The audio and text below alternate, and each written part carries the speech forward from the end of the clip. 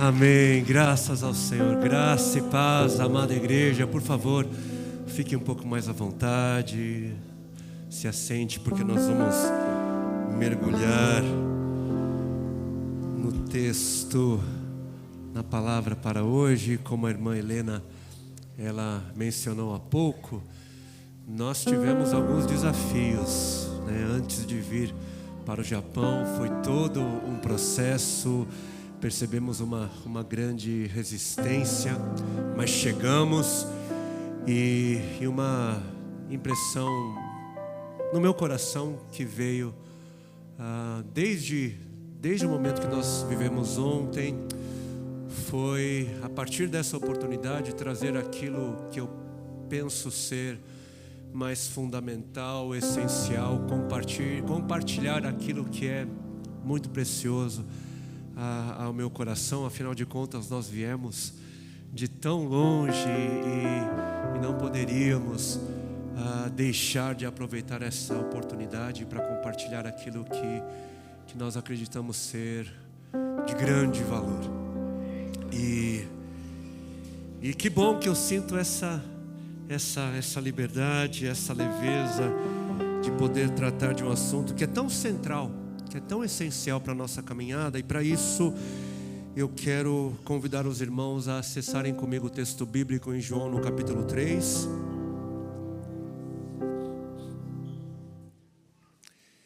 E como é bom estar de volta pela terceira vez a essa nação que é tão cara e preciosa aos olhos do Senhor.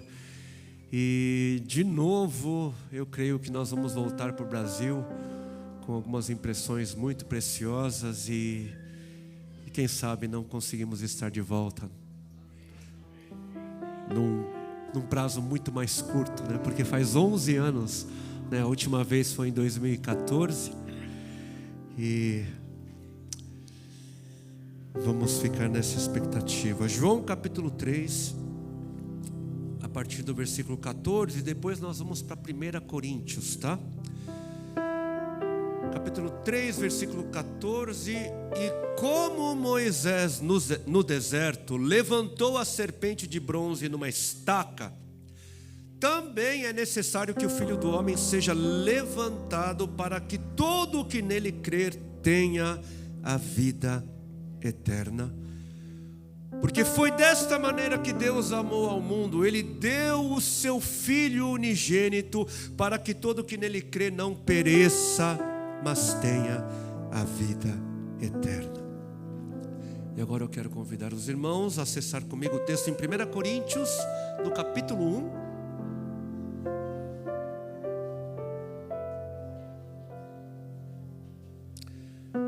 Primeira carta aos Coríntios, capítulo 1. Eu vou ler primeiro o versículo 18. Pois a mensagem da cruz é loucura para os que estão perecendo, mas para nós que estamos sendo salvos é o poder de Deus. Versículo 23.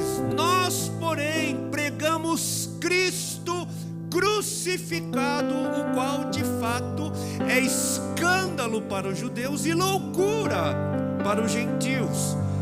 Mas para os que foram chamados, tanto judeus como gregos, Cristo é o poder de Deus e a sabedoria de Deus. Porque a loucura de Deus é mais sábia que a sabedoria humana, e a fraqueza de Deus é mais forte que a força do homem.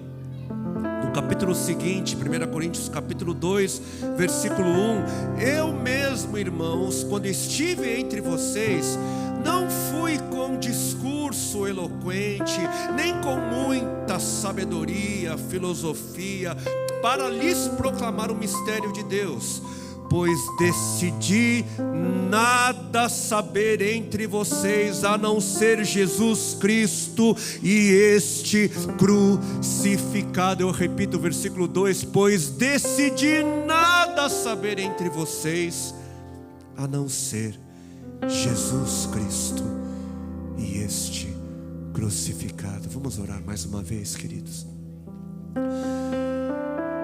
Senhor, nos rendemos diante da Tua presença, diante da Tua santa palavra. E mais uma vez, Senhor, nesse lugar de dependência, nesse lugar de rendição, pedimos a Ti, Espírito Santo, que o Senhor mais uma vez intervenha e fale conosco, Senhor, por meio de vozes, por meio de palavras humanas. Fale conosco, Senhor, apesar de todas as limitações. E faça assim, Senhor, gerar vida transbordante. Faça assim, Senhor, nascer esperança real, força, ânimo, Senhor, para continuarmos essa nossa gloriosa jornada para a Tua glória. E em Teu nome, Senhor Jesus, assim nós oramos. Amém. Amém. Amém. Amém. A palavra do Senhor, a Bíblia nos diz em Apocalipse 13:8, que Jesus, o Cordeiro de Deus, foi morto antes da criação do mundo. Que muito antes da nossa existência, o destino de Jesus já estava escrito. Ou seja, o Senhor, antes de dizer haja luz, Ele já havia dito haja cruz. A criação e a cruz, elas caminham juntas. São acontecimentos interligados. Sem a criação não haveria a cruz, e sem a cruz não haveria criação. Sem uma humanidade perdida, Jesus não teria o porquê morrer. Mas sem um meio para salvar uma humanidade que se perderia, eu não creio que o amor teria prosseguido com a criação. O Deus amor não criaria algo apenas para ser destruído. Então, ao criar a humanidade, Deus antes aceitou morrer por essa mesma humanidade que Ele criaria, em uma cruz. Então a cruz não foi uma surpresa. A cruz não foi algo que exigiu de Deus uma capacidade de improvisação. Não. A cruz foi planejada, a cruz foi pré-vista, pré-ordenada antes da fundação do mundo. É por isso que de Gênesis a Apocalipse, a cruz é o pano de fundo de toda a história bíblica. Toda a história da Bíblia é unida pela cruz. Deus não desiste da humanidade de Gênesis a Apocalipse por causa da cruz. O amor de Deus provado na cruz, o grande clímax esperado do Antigo Testamento se cumpre no Novo, quando aquele que esperava o seu momento de salvar a criação perdida morreu em uma cruz.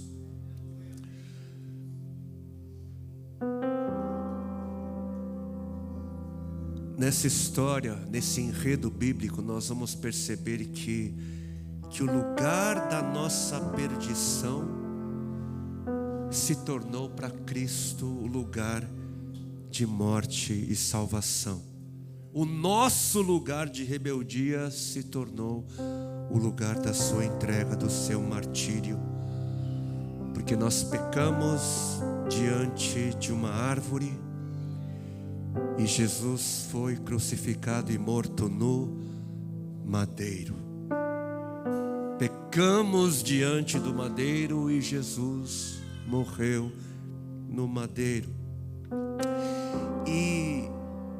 E eu creio que não foi sem razão, não foi sem motivo, que nesse glorioso roteiro das Escrituras, não foi sem razão que Jesus ele cresceu sendo treinado para ser um carpinteiro. Ele foi um carpinteiro treinado pelo seu pai, que era carpinteiro. E qual é o principal material usado que faz um carpinteiro ser um carpinteiro? Madeira. Desde pequeno, então, Jesus, ele teria aprendido a lidar com aquilo que seria a razão da sua encarnação, sempre diante dele, ele sempre sendo lembrado da sua vocação, sempre sendo lembrado para qual razão ele teria vindo a esse mundo. O madeiro, a cruz.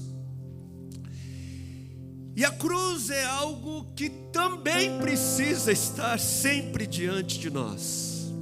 Sempre nos nossos pensamentos precisamos ser constantemente lembrados de uma vocação que também é nossa. Não é à toa que aquilo que nos faz diferentes seja também a cruz. Não é à toa que tradicionalmente no topo de um prédio onde as igrejas se reúnem, nós vamos perceber uma cruz. A cruz é a nossa identidade, a cruz é a nossa vocação, a cruz é central no Evangelho do Senhor Jesus Cristo. Tudo o que se diz cristão tem que passar pelo crivo da cruz. Para ser cristão, para ser de Cristo, tem que passar pela aprovação da cruz. Se alguém quiser me acompanhar, negue-se a si mesmo, tome diariamente, todos os dias, a sua cruz e siga-me, disse Jesus. Precisamos ser constantemente lembrados do nosso chamado, da nossa vocação. E o apóstolo Paulo, na carta que ele escreveu aos Coríntios, ele disse o que? Eu decido nada saber, a não ser a Jesus Cristo e este crucificado. Era o que tomava os seus pensamentos, era o que a sua vida refletia. A cruz é central, a cruz é fundamental na fé em Cristo e é de importância imensurável nós compreendermos bem o significado da cruz para as nossas vidas. E quando nós olhamos para a cruz de Cristo, algumas coisas ficam muito claras. A cruz, ela traz clareza, algumas coisas ficam nítidas. Primeiro, algo que fica muito claro com a cruz é o Jesus a quem a Bíblia descreve como sendo a expressão exata de Deus. A cruz deixa muito claro qual é o Jesus que deve ser adorado. Porque a Bíblia diz em Hebreus capítulo 1, versículo 3, que Jesus é o brilho da glória de Deus e Ele é a expressão exata do seu ser. Jesus é a expressão exata de Deus. Ou seja, se alguém quer conhecer a Deus como Ele é exatamente, basta conhecer a Jesus. Porque olhar para Jesus é o mesmo que olhar para Deus. Mas, infelizmente ou felizmente, Nem todo Jesus é o Jesus que é a expressão exata de Deus. E eu repito, nem todo Jesus é o Jesus que é a expressão exata de Deus. Nem todo Jesus é o Jesus das Escrituras. E vale a pena lembrar que o principal problema do coração da humanidade, desde a queda, o nosso principal problema é a idolatria. E idolatria é muito mais do que se curvar diante de uma imagem ou diante de uma escultura. É mais profundo.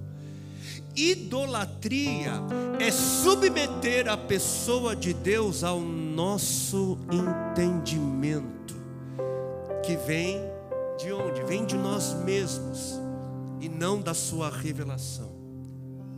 Idolatria é conceber, é construir Deus conforme nós somos, conforme o nosso achismo, os nossos pensamentos, a minha cabeça, eu acredito assim.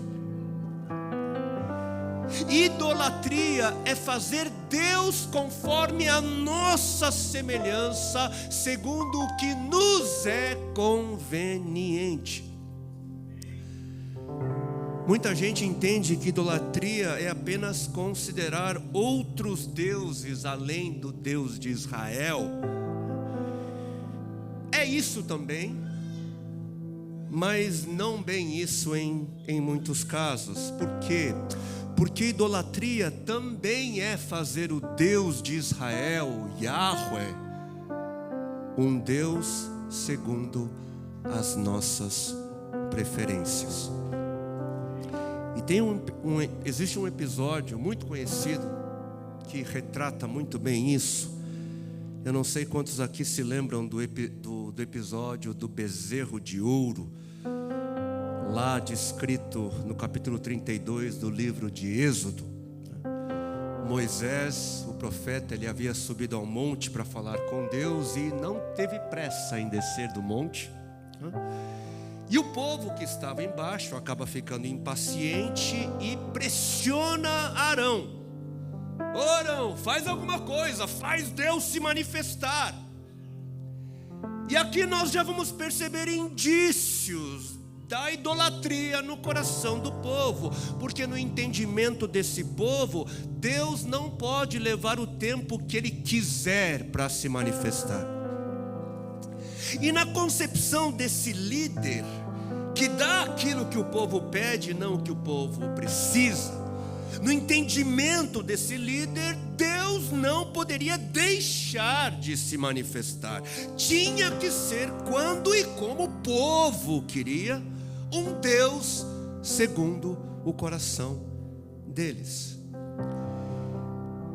E Arão, que ficou na posição de líder enquanto Moisés estava lá no monte, Arão ali pressionado, ele fez o quê? Uma vez pressionado pelo povo, ele fez um bezerro de ouro. E nós não percebemos algumas coisas no português com muita clareza, mas no hebraico, quando Arão ele apresenta o bezerro de ouro, o que ele fez? Arão, ele funde aquele bezerro de ouro e ele usou o termo Elohim e usou o nome de Deus, Yahweh, Jeová. Arão, ele havia feito um bezerro dourado e não disse que aquele bezerro era um outro Deus, mas ele disse que aquele bezerro era Yahweh, eis o Senhor. Por isso é importante nós tomarmos cuidado, porque para autentificar a nossa fé, para autenticar a nossa fala, para autenticar a nossa oração, não basta pronunciar o nome de Jesus. Produzir um bezerro de ouro, criar um ídolo no coração e chamar ele de Jesus, é tão idolátrico quanto dizer que o bezerro de Arão era o Deus dos exércitos.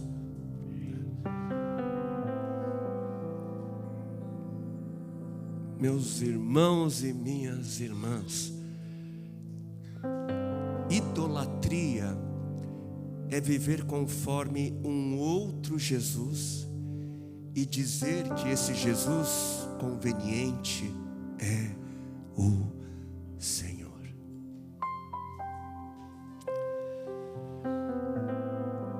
O nosso coração é uma fábrica de ídolos, como já dizia o profeta. Nós fazemos deuses conforme as nossas expectativas, conforme os nossos desejos carnais. Fazemos ídolos e damos o nome a todos eles de Jesus. E a cruz traz extrema clareza sobre quem é o Jesus revelado nas Escrituras. A cruz mostra com muita clareza quem Deus é exatamente.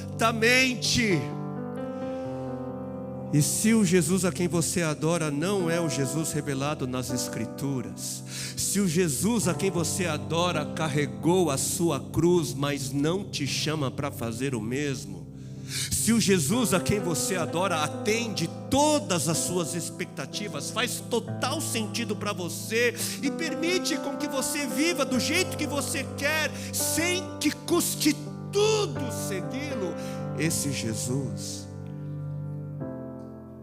é um ídolo, é um Deus conforme as suas conveniências, é um Deus segundo a sua imagem e a sua semelhança.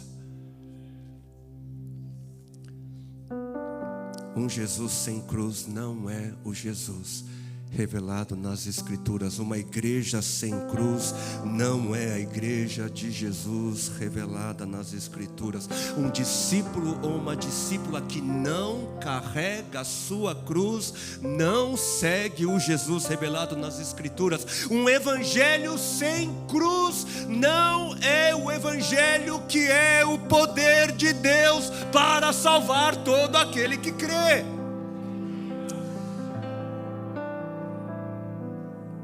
Nós precisamos parar de olhar para a cruz como se ela nos chamasse para nada. E essa é outra clareza que a cruz nos traz. A cruz nos mostra com muita clareza a forma como nós devemos viver, a maneira. Porque nós declaramos que Jesus morreu na cruz para nos salvar. Amém? E sim, isso é muito verdadeiro, mas não para por aí.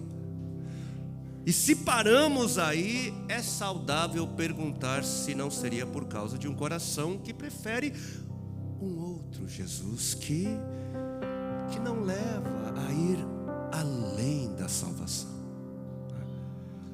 Porque sim, Jesus morreu em uma cruz para nos salvar, mas uma vez salvos, Ele nos mostrou o caminho, nos mostrou o propósito da nossa salvação.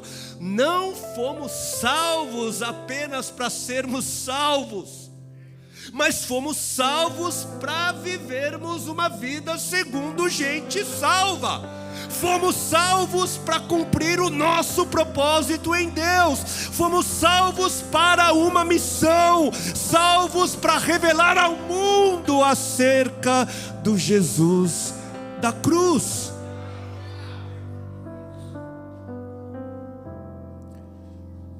Façamos uma reflexão. Olhemos para as nossas vidas. Reflitamos sobre as nossas vidas. Olhe para a sua vida. Olhe para os seus sonhos, olhe para os seus planos, reflita sobre todo o seu esforço, ou sobre toda a falta de esforço.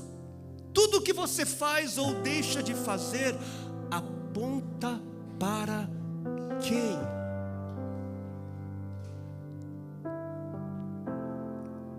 Quando as pessoas olham para as nossas vidas, qual é o Jesus que as nossas vidas revelam? O que a cruz significa para você? Porque para quem está se perdendo, é loucura, é tolice, é escândalo, como nós acabamos de ler. Mas para os que estão sendo salvos, é sabedoria e poder de Deus. Mas o que significava a cruz naqueles dias? Por que um escândalo para uns e tolice para outros? Era um escândalo porque no primeiro século a expectativa que os judeus tinham acerca do Messias era que ele seria um libertador de Israel, que o glorioso Messias, o poderoso Yahweh, o seu representante, enfim, ele livraria Israel do controle e da opressão de Roma, do Império Romano. Inclusive nós vamos perceber que até a ressurreição, os discípulos, eles não entenderam o que aconteceu na cruz. Toda expectativa, todo ídolo foi destronado na cruz. Eles achavam que Jesus estava para inaugurar um reinado terreno, livre de Roma, um conquistador, um rei guerreiro e vitorioso como Davi. E os discípulos andavam com Jesus na expectativa de se tornarem ministros, secretários, pessoas importantes e cheias de honra. Afinal, eles faziam parte do círculo íntimo do rei. Quem vai ser o maior? Eles se perguntavam, havia uma expectativa de reinado terreno. Por isso, um Messias humilhado, fraco, castigado e morto numa cruz, escândalo, blasfêmia. Um Messias sem glória humana, como ousa? Imaginem um homem morto como são mortos os estupradores, um homem morto como são mortos os ladrões, os assassinos, os rebeldes. Como poderia ser ele o glorioso Messias esperado? Blasfêmia! E o texto de Deuteronômio, lá em 21, 22, gritava dentro dos judeus: se um homem culpado de um crime que merece a morte for morto e pendurado num madeiro, está debaixo da maldição de Deus. Maldito é aquele que morre pendurado no madeiro. Jesus morto no madeiro, ele é o Messias, escândalo. E eles pediam um sinal, Jesus ali na cruz, e eles: ei Jesus, desce daí, agora é o momento, agora é a sua hora de você mostrar quem você é. Chega de desonra, chega de vergonha, mostra a sua cara, não leva desaforo para casa não, Jesus, mostra um sinal, vai. Não havia outra oportunidade melhor do que essa. Desce da cruz, abandona esse caminho. Você nasceu para ser cabeça, você não é o filho do rei. Não tem vergonha não, haja como um rei, haja como um Messias, segundo os nossos corações idólatras.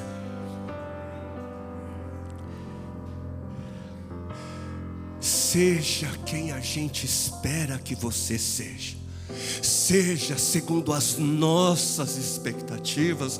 Não seja um escândalo, Jesus.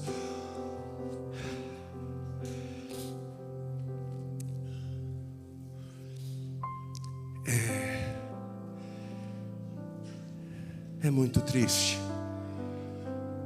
mas bezerros de ouro ainda são criados e dão a todos eles o nome de Jesus, continuando a alimentar corações idólatras.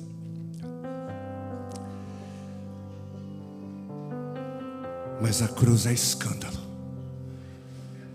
a cruz é tolice, não faz sentido para as expectativas do mundo.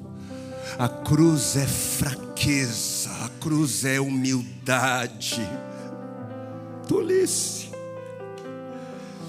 Messias crucificado, um Deus que permite cruzes aos seus filhos, escândalo. Um Deus que prega fraqueza e humildade em glória.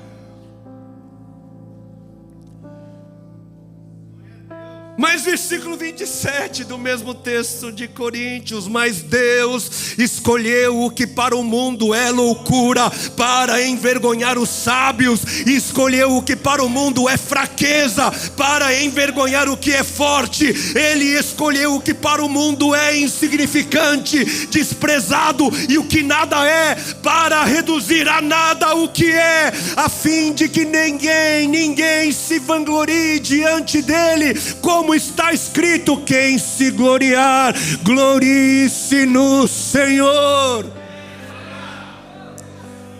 Jesus de Nazaré, o que é que pode vir de bom de Nazaré?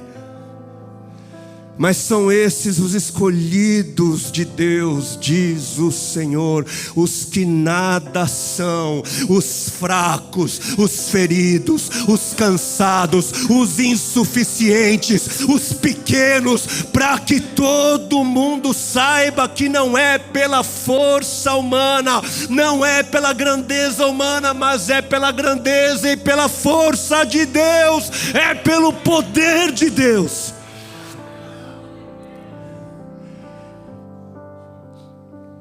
E a Bíblia diz que o poder de Deus se aperfeiçoa em nossa fraqueza. Onde estão os fracos? Onde estão os pequenos? Onde estão os insuficientes?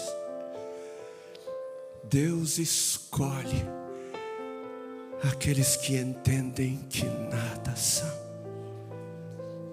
Escolheu a mim, escolheu a você, para vivermos uma vida que é tola, louca ao olhar do mundo que se perde, mas para nós que estamos sendo salvos é sabedoria e poder de Deus.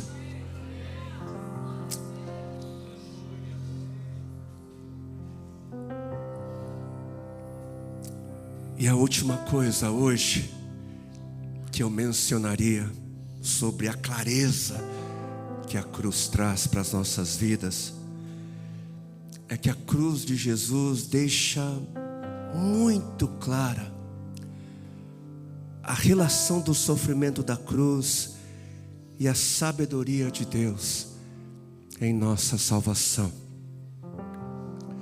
O Jesus segundo a imagem exata de Deus é o Jesus que experimentou todas as nossas dores.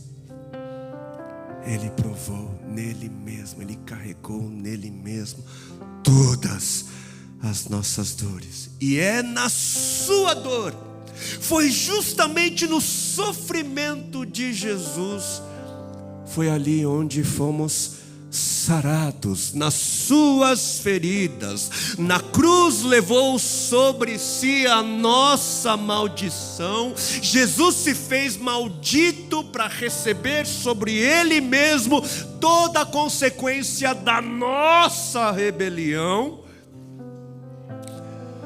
Na cruz o inocente morreu no lugar do culpado. E o apóstolo João, no primeiro texto que lemos hoje, lá em João 3,14, ele fez uma comparação, que para muitos é é um enigma, né? Ele comparou a imagem da serpente pendurada no madeiro do Antigo Testamento com Jesus.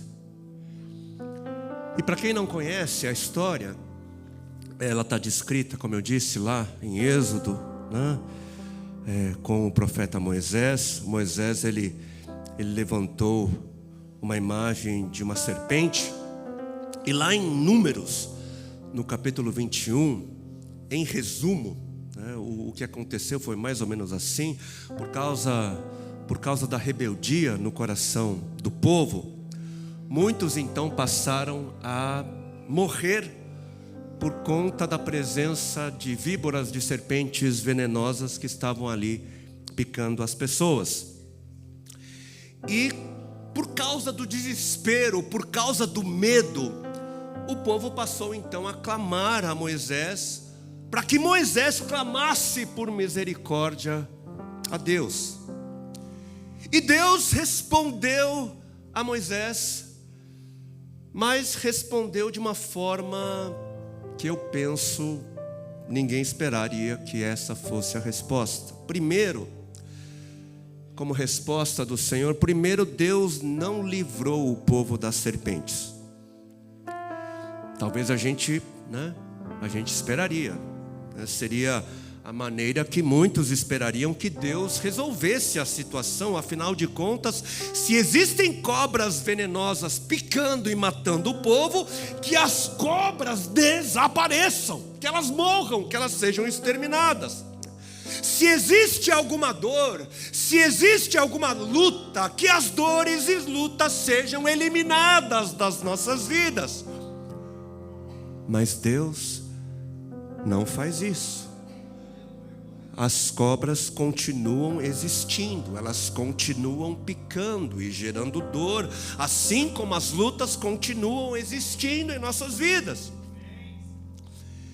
E a segunda resposta inesperada de Deus foi que Ele mandou fazer uma imagem de uma serpente e levantar ela pendurada em um madeiro. Deus mandou, por meio de Moisés, mandou Moisés fazer uma imagem justamente daquilo que estava causando morte, dor, medo, pânico, pavor. E a cura para todo medo, a cura para a morte, para toda a dor, seria olhar para o objeto, olhar para aquilo que estava causando morte, medo e dor erguido em um madeiro. Existe um entendimento na psicoterapia, é um fundamento, na verdade, que vai dizer que quando nós olhamos para aquilo que mais tememos, existe um processo, e nesse processo nós vamos sendo sarados desse medo. Quando nós olhamos, quando nós avaliamos, quando nós pensamos naquilo que paralisa as nossas vidas por conta do medo, com o tempo nós vamos adquirindo recursos para lidar com aquilo que provoca em nós pavor, paralisia. Tanto é que na psicoterapia, um tratamento clássico para o medo é voluntariamente se expor, é voluntariamente olhar para aquilo que mais nos assusta, nos paralisa, nos mata. Encare aquilo que te dá medo voluntariamente, de forma intencional, e se torne mais corajoso. Encare o medo e seja livre. É um tratamento tradicional. E nesse episódio das serpentes venenosas, Deus não livrou as pessoas das cobras, mas E Deus também não fez com que as pessoas deixassem de ser picadas e envenenadas por essas cobras. Ou seja, Deus ele não tirou do meio do povo aquilo que estava trazendo morte, dor, medo, sofrimento. Muito pelo contrário, Deus fez o povo encarar o objeto do medo, do terror, da morte. A cura do medo estava no encarar, no olhar para aquela imagem que provocava pavor, morte e medo levantado em um madeiro. E quando nós olhamos para Jesus, levantado e pendurado no madeiro, o que é que nós vemos? O que a história bíblica permite que nós vejamos? Quando avaliamos a cruz, quando pensamos na cruz, quando, como o apóstolo Paulo decidimos nada saber a não ser Cristo e este crucificado, o que é que nós vemos? O que é que nós percebemos? Quando nós olhamos para o maldito pendurado no madeiro, nós encaramos a soma de todos os medos. Quando nós olhamos para aquele que se tornou maldito no nosso lugar, nós vemos todos os terrores e outros inimagináveis. O que é que nós vemos quando olhamos para a cruz? Nós vemos fraqueza, vemos humilhação, vemos vergonha. E o que mais? Nós vemos dor excruciante. A dor da cruz foi algo tão terrível que foi necessário criar uma palavra, inventar uma palavra para descrever aquele tipo de dor excruciante, uma morte lenta e terrível, aperfeiçoada para ser a mais terrível de todas. E o que mais? Foi esperado, aguardado todos os milênios, toda a sua vida humana, todos os anos ministeriais, esperando e sabendo que a terrível cruz estava para chegar. E o que mais?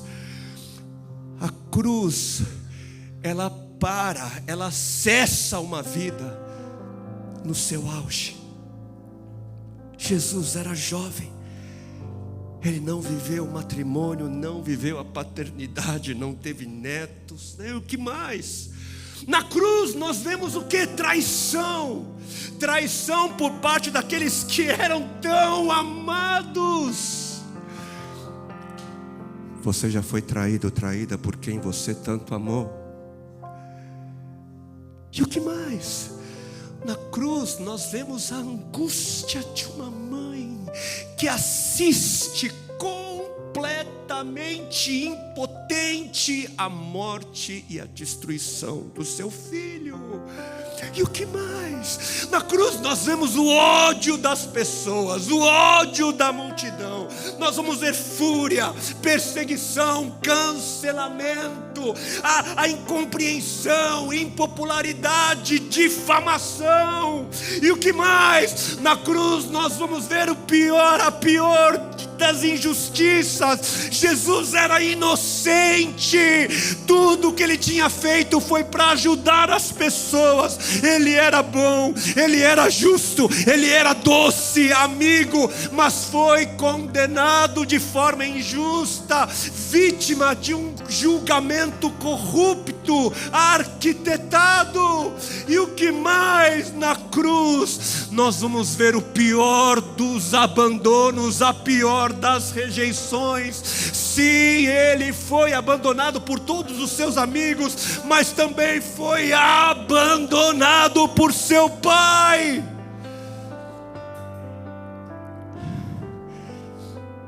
Não existe abandono maior do que o abandono paterno. Na cruz, Jesus gritou: Deus meu, por quê me abandonastes, e nós sabemos a razão, nós sabemos o motivo, porque ele havia se tornado maldito, ele havia se tornado a soma de todos os pecados, a soma de todas as traições, a soma de todos os abandonos, a soma de todas as injustiças. Ele havia se tornado a soma de todos os nossos medos.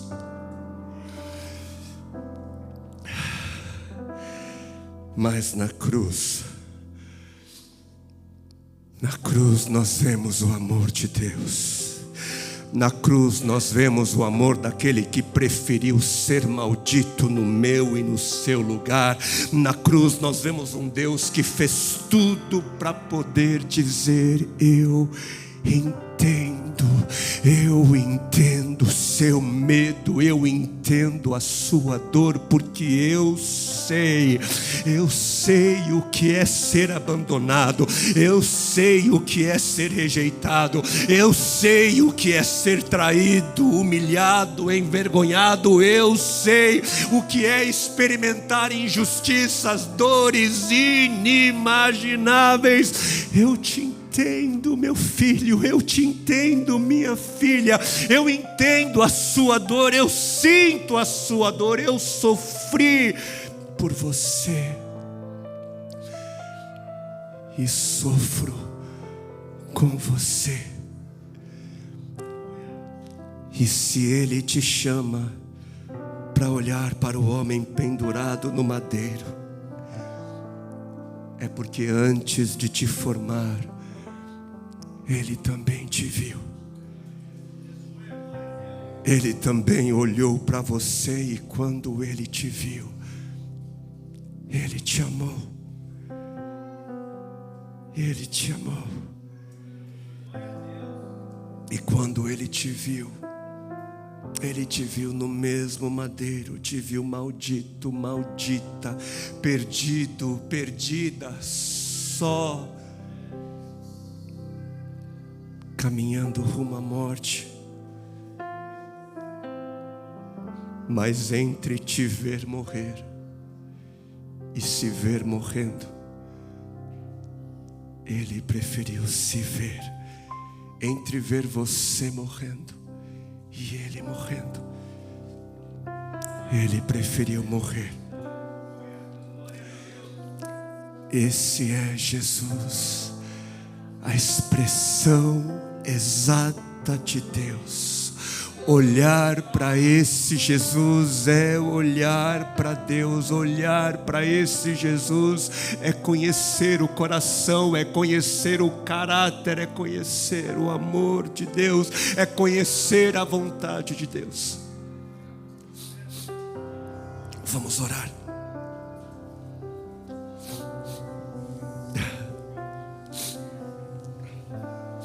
Olhe para Jesus. Olhe para Jesus. Talvez você pergunte: mas Jesus não poderia ter morrido simplesmente? Ele não poderia ter bradado, chamado a atenção das multidões e ter dito: vejam, eu morro por vocês, e apenas se lançado de um alto lugar? Não foi assim. Porque a traição foi necessária, a humilhação foi necessária, o julgamento corrupto, a injustiça, o abandono da parte de todos, inclusive de Deus Pai, de Deus Espírito Santo, tudo necessário, o medo, a tortura, a morte agonizante, escandalosa e louca,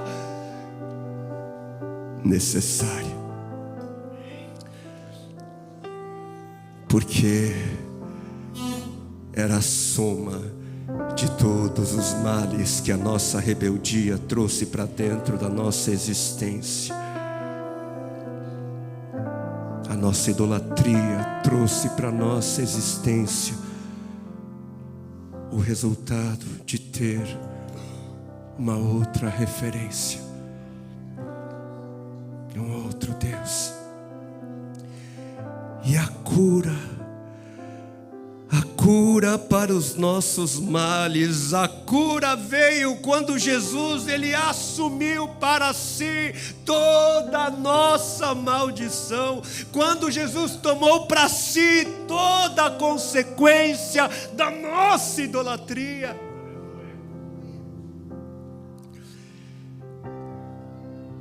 A salvação, a esperança, a vida vem de nós olharmos e confiarmos no Jesus que foi pregado e erguido naquele madeiro, naquele dia, no nosso lugar. Olhe para Jesus e seja sarado, seja sarado. Olhe para Jesus e receba coragem. Olhe para Jesus e receba força, ânimo, vigor. Olhe para Jesus e receba esperança, esperança, vida.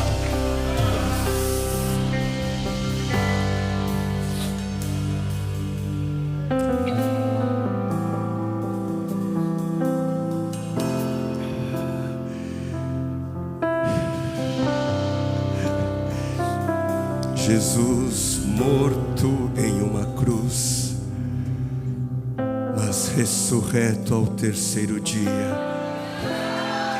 Eis a sabedoria e o poder de Deus para salvar, para sarar, para levantar todo aquele que crê. Obrigado, obrigado, Senhor. Olhamos para a cruz e somos fortalecidos. Olhamos para a cruz e vemos, Senhor, os venenos das víboras sendo canceladas. Olhamos para a cruz, Senhor, e somos sarados, somos fortalecidos, Senhor.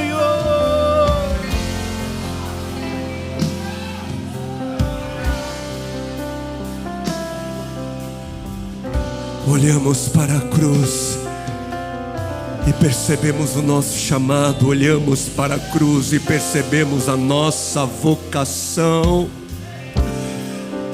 Perdoa-nos, Senhor, se nos distraímos. Perdoa-nos, Senhor, por vivermos além desse tempo, quando nós fomos chamados para vivermos com a eternidade diante de nós, Senhor, tendo a cruz como referência, Senhor. Onde estão aqueles que dizem sim? Ele disse: venham, venham, venham, sigam-me. Você deseja me seguir. Você tem fé, você confia que nele há vida. Então tome a sua cruz. Tome a sua cruz. Carregue-a dia após dia, diante de ti, diante dos teus pensamentos em seu coração, dia após dia.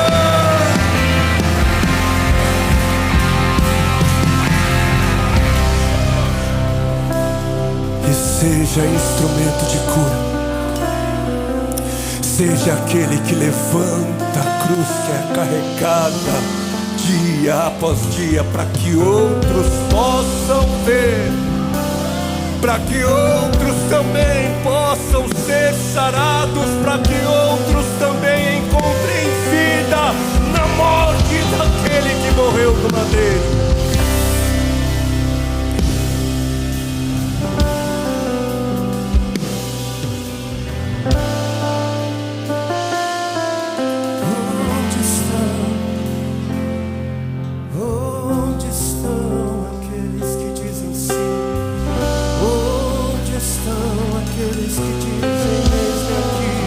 Eis-me aqui, eis-me aqui.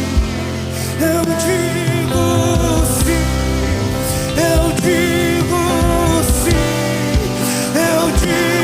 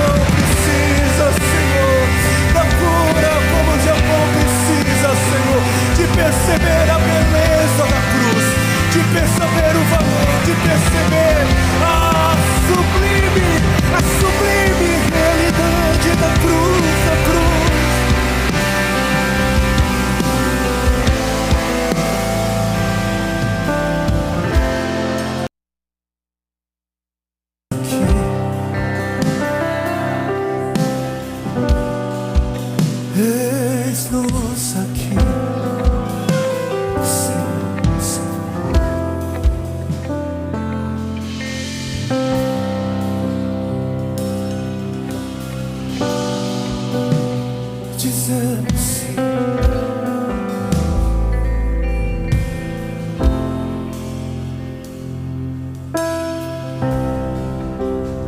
Vai valer a pena, vai valer a pena, vai valer a pena mesmo.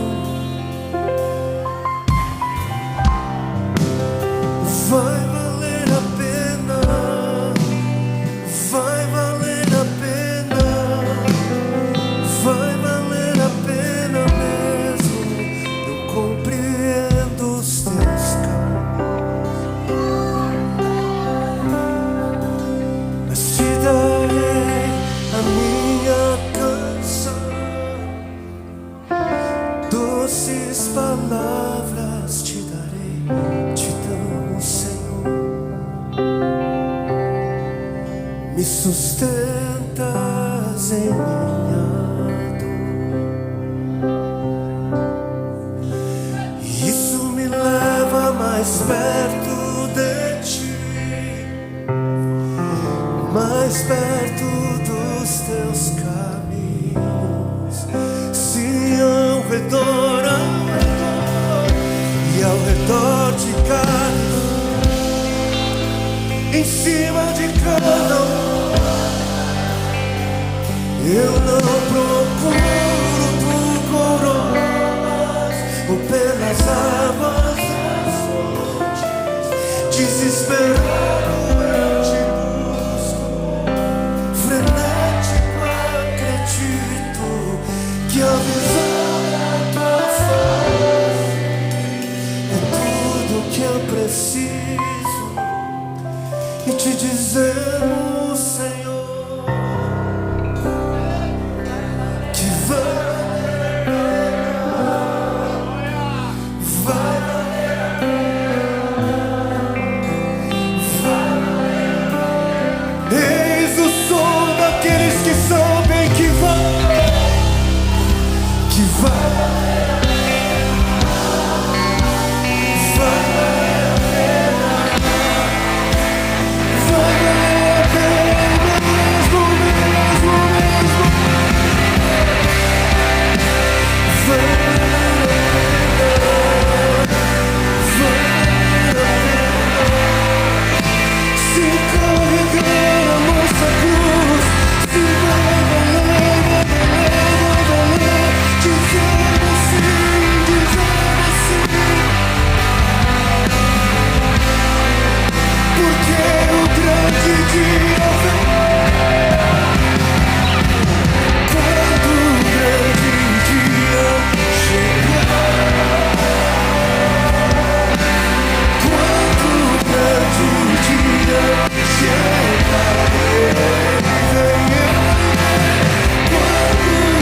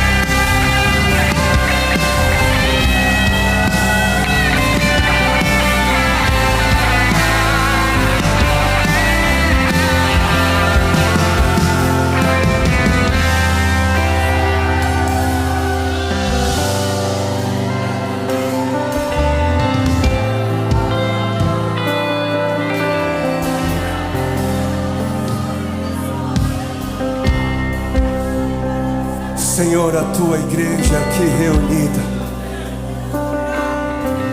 diz um basta às coisas de meninos,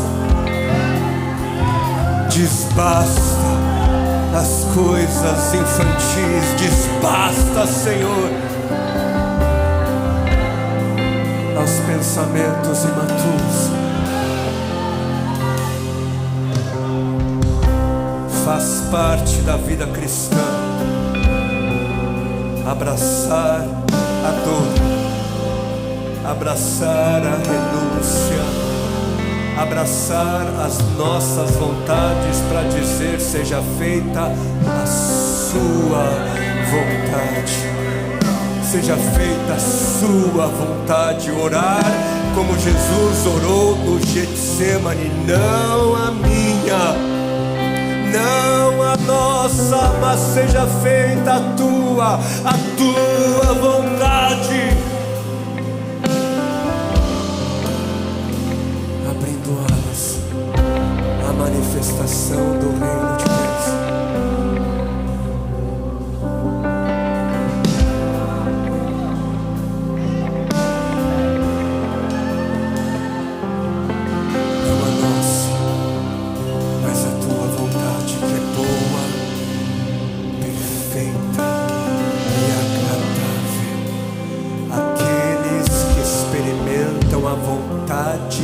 Dele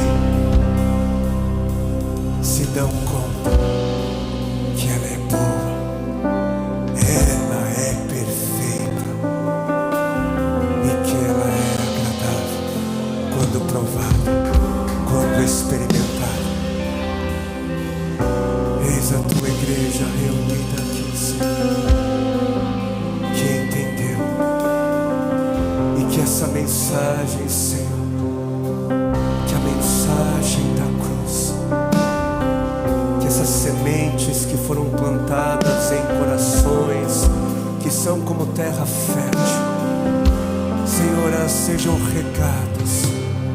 regadas pelo Teu Santo Espírito por meio da meditação, regadas pelo Santo Espírito, Senhor, por meio dos pensamentos, por meio, Senhor, das reflexões, para que elas criem raízes profundas, Senhor, porque nós seremos tentados, Senhor, logo após o término, logo quando sairmos, Senhor, este mundo virá de forma furiosa sobre os nossos corações, as filosofias dessa vida virão de forma furiosa sobre as nossas mentes, Senhor, buscando apagar, buscando, Senhor, cancelar, buscando matar essas sementes, mas que nós não sejamos, Senhor, distraídos pelas filosofias, pelas tentações, pelas forças deste mundo, mas que nós, como Teu Filho, tenhamos diante de nós constantemente o nosso chamado, a nossa vocação, para que nós, Senhor, não saiamos do caminho, Senhor.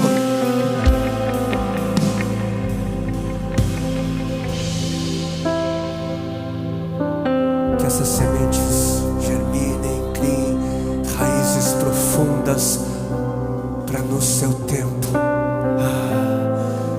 darem frutos gloriosos nesta terra para a Tua glória.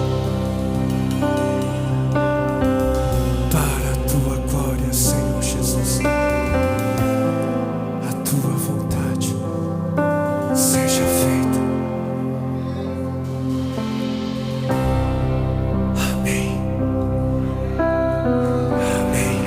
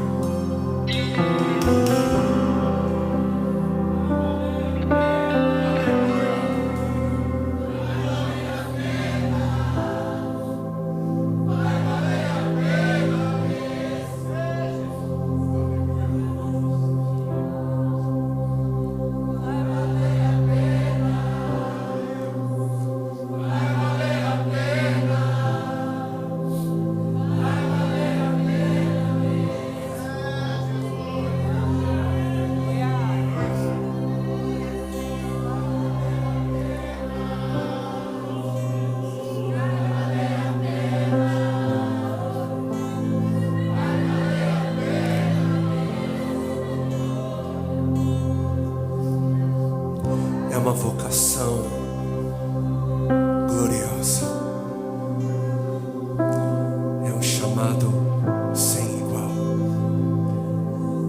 Sozinhos não vamos conseguir.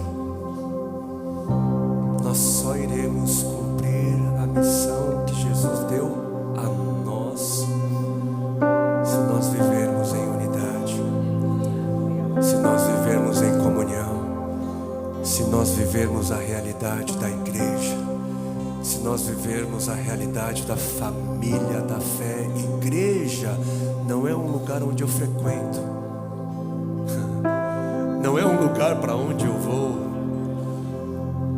Igreja é uma forma de ser. Igreja é sermos povo de Deus. Igreja é sermos família. O que define a igreja são as relações baseadas, fundamentadas no amor de Cristo.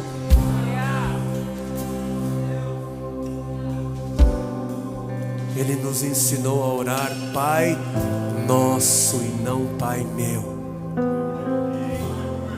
A missão de Cristo, a cruz, é em unidade, é em família, é em comunidade. Precisamos nos fortalecer, porque essa vocação não é uma vocação natural que a carne naturalmente deseja fazer. Precisamos de uns dos outros para nos lembrar, sermos lembrados a cada encontro, porque lá fora são tantos os inimigos. E na vida comunitária nós somos lembrados da nossa vocação, e que em Cristo Jesus nós possamos perceber nos outros, que os nossos filhos possam perceber, pai, mãe, que os seus filhos possam perceber, que a relação de vocês, lembrem os seus filhos da santa vocação de sermos aqueles que carregam a cruz de